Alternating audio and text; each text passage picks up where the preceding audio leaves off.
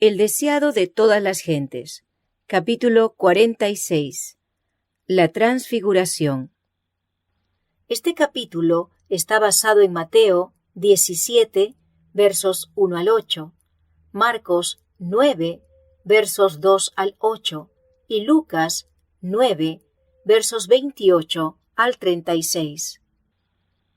La noche se estaba acercando cuando Jesús llamó a su lado a 3 de sus discípulos, Pedro, Santiago y Juan, y los condujo a través de los campos y por una senda escarpada hasta una montaña solitaria.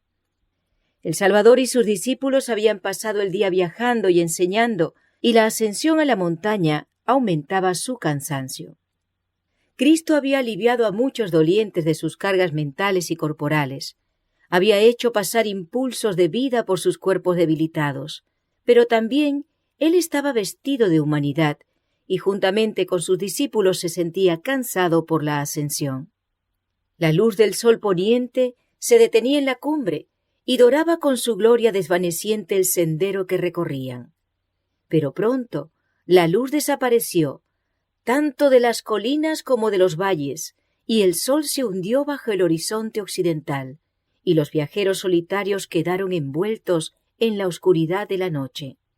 La lobreguez de cuanto los rodeaba parecía estar en armonía con sus vidas pesarosas, en derredor de las cuales se congregaban y espesaban las nubes. Los discípulos no se atrevían a preguntarle a Cristo a dónde iba ni con qué fin. Con frecuencia, Él había pasado noches enteras orando en las montañas. Aquel cuya mano había formado los montes y valles se encontraba en casa con la naturaleza y disfrutaba su quietud. Los discípulos siguieron a Cristo a donde los llevaba, aunque preguntándose por qué su Maestro los conducía a esa penosa ascensión, cuando ya estaban cansados y cuando Él también necesitaba reposo. Finalmente, Cristo les dice que no han de ir más lejos.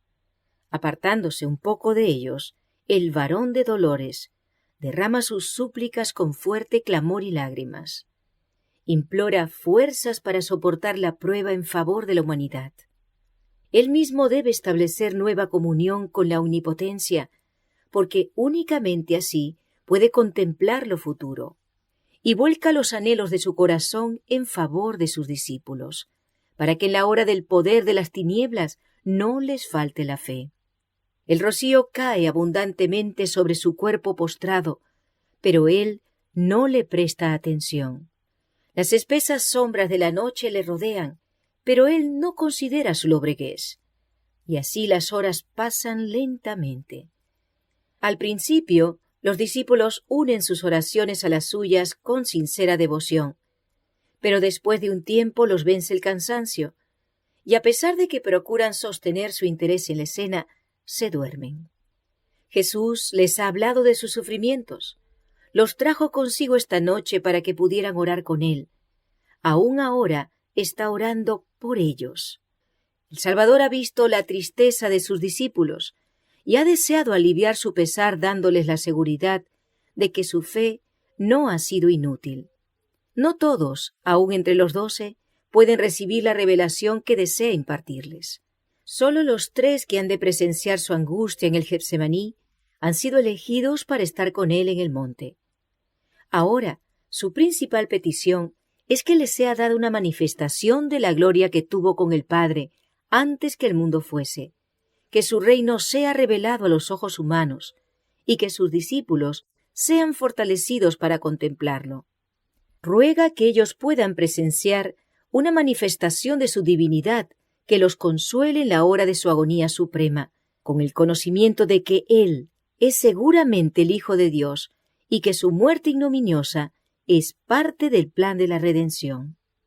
Su oración es oída.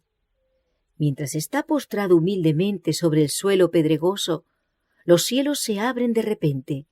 Las áureas puertas de la ciudad de Dios quedan abiertas de par en par, y una irradiación santa desciende sobre el monte, rodeando la figura del Salvador. Su divinidad interna refulge a través de la humanidad y va al encuentro de la gloria que viene de lo alto. Levantándose de su posición postrada, Cristo se destaca como majestad divina.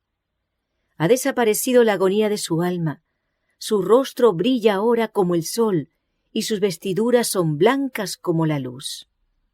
Los discípulos, despertándose, contemplan los raudales de gloria que iluminan el monte. Con temor y asombro miran el cuerpo radiante de su maestro, y al ser habilitados para soportar la luz maravillosa, ven que Jesús no está solo. Al lado de él hay dos seres celestiales que conversan íntimamente con él. Son Moisés, quien había hablado sobre el Sinaí con Dios, y Elías, a quien se concedió el alto privilegio, otorgado tan solo a otro de los hijos de Adán, de no pasar bajo el poder de la muerte. 15 siglos antes, sobre el monte Pisga, Moisés había contemplado la tierra prometida, pero a causa de su pecado en Meriba, no le fue dado entrar en ella. No le tocó el gozo de conducir a la hueste de Israel a la herencia de sus padres. Su ferviente súplica, pase yo, ruégote, y ve aquella tierra buena que está a la parte allá del Jordán, aquel buen monte y el Líbano, fue denegada. La esperanza que durante 40 años había iluminado las tinieblas de sus peregrinaciones por el desierto debió frustrarse. Una tumba en el desierto fue el fin de aquellos años de trabajo y congoja pesada. Pero aquel que es poderoso para hacer todas las cosas mucho más abundantemente de lo que pedimos o entendemos, había contestado en esta medida la oración de su siervo. Moisés pasó bajo el dominio de la muerte, pero no permaneció en la tumba. Cristo mismo le devolvió la vida. Satanás, el tentador, había pretendido el cuerpo de Moisés por causa de su pecado, pero Cristo el Salvador lo sacó del sepulcro. En el monte de la Transfiguración, Moisés atestiguaba la victoria de Cristo sobre el pecado y la muerte. Representaba a aquellos que saldrán del sepulcro en la resurrección de los justos. Elías, que había sido trasladado al cielo sin ver la muerte, representaba a aquellos que estarán viviendo en la tierra cuando venga Cristo por segunda vez, aquellos que serán transformados en un momento, en un abrir de ojo, a la final trompeta. Cuando esto mortal sea vestido de inmortalidad y esto corruptible fuere vestido de incorrupción. Cristo estaba vestido por la luz del cielo, como aparecerá cuando venga la segunda vez, sin pecado, para salud. Porque Él vendrá en la gloria de su Padre con los santos ángeles. La promesa que hizo el Salvador a los discípulos quedó cumplida. Sobre el monte, el futuro reino de gloria fue representado en miniatura. Cristo el Rey, Moisés el representante de los santos resucitados y Elías de los que serán trasladados. Los discípulos no comprenden todavía la escena, pero se regocijan de que el paciente Maestro, el manso y humilde, que ha peregrinado de acá para allá como extranjero sin ayuda, ha sido honrado por los favorecidos del cielo.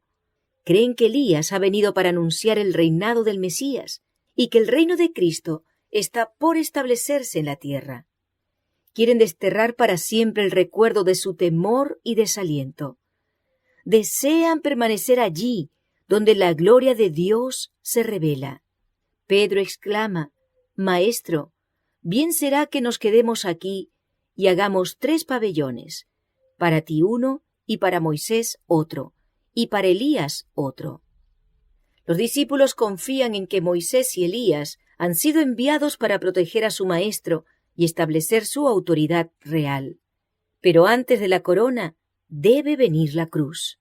Y el tema de la conferencia con Jesús no es su inauguración como rey, sino su fallecimiento, que ha de acontecer en Jerusalén. Llevando la debilidad de la humanidad y cargado con su tristeza y pecado, Cristo anduvo solo en medio de los hombres. Mientras las tinieblas de la prueba venidera le apremiaban, estuvo espiritualmente solo en un mundo que no le conocía. Aún sus amados discípulos, absortos en sus propias dudas, tristezas y esperanzas ambiciosas, no habían comprendido el misterio de su misión. Él había morado entre el amor y la comunión del cielo, pero en el mundo que había creado se hallaba en la soledad. Ahora el cielo había enviado sus mensajeros a Jesús, no ángeles, sino hombres que habían soportado sufrimientos y tristezas y podían simpatizar con el Salvador en la prueba de su vida terrenal. Moisés y Elías habían sido colaboradores de Cristo. Habían compartido su anhelo de salvar a los hombres. Moisés había rogado por Israel, que perdones ahora su pecado, y si no, ráeme ahora de tu libro que has escrito. Elías había conocido la soledad de espíritu, mientras durante 3 años y medio había llevado el peso del odio y la desgracia de la nación. Había estado solo de parte de Dios sobre el monte Carmelo, solo había huido al desierto con angustia y desesperación. Estos hombres escogidos, antes que cualquier ángel que rodease el trono, habían venido para conversar con Jesús acerca de las escenas de sus sufrimientos y para consolarle con la seguridad de la simpatía del cielo. La esperanza del mundo, la salvación de todo ser humano, fue el tema de su entrevista. Vencidos por el sueño, los discípulos oyeron poco de lo que sucedió entre Cristo y los mensajeros celestiales. Por haber dejado de velar y orar, no habían recibido lo que Dios deseaba darles, un conocimiento de los sufrimientos de Cristo y de la gloria que había de seguirlos. Perdieron la bendición que podrían haber obtenido compartiendo su abnegación. Estos discípulos eran lentos para creer y apreciaban poco el tesoro con que el cielo trataba de enriquecerlos. Sin embargo, recibieron gran luz. Se les aseguró que todo el cielo conocía el pecado de la nación judía al rechazar a Cristo. Se les dio una percepción más clara de la obra del Redentor. Vieron con sus ojos y oyeron con sus oídos cosas que superaban la comprensión humana. Fueron testigos oculares de su majestad y comprendieron que Jesús era de veras el Mesías, de quien los patriarcas y profetas habían dado testimonio y que era reconocido como tal por el universo celestial. Mientras estaban aún mirando la escena sobre el monte, he aquí una nube de luz que los cubrió, y he aquí una voz de la nube que dijo: «Este es mi Hijo amado, en el cual tomo contentamiento. A él oíd». Mientras contemplaban la nube de gloria, más resplandeciente que la que iba delante de las tribus de Israel en el desierto, mientras oían la voz de Dios, que hablaba en la pavorosa majestad que hizo temblar la montaña, los discípulos cayeron abrumados al suelo.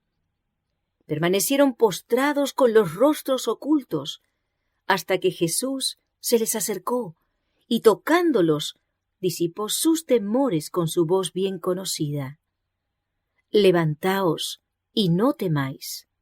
Aventurándose a alzar los ojos, vieron que la gloria celestial se había desvanecido y que Moisés y Elías habían desaparecido. Estaban sobre el monte, solos con Jesús.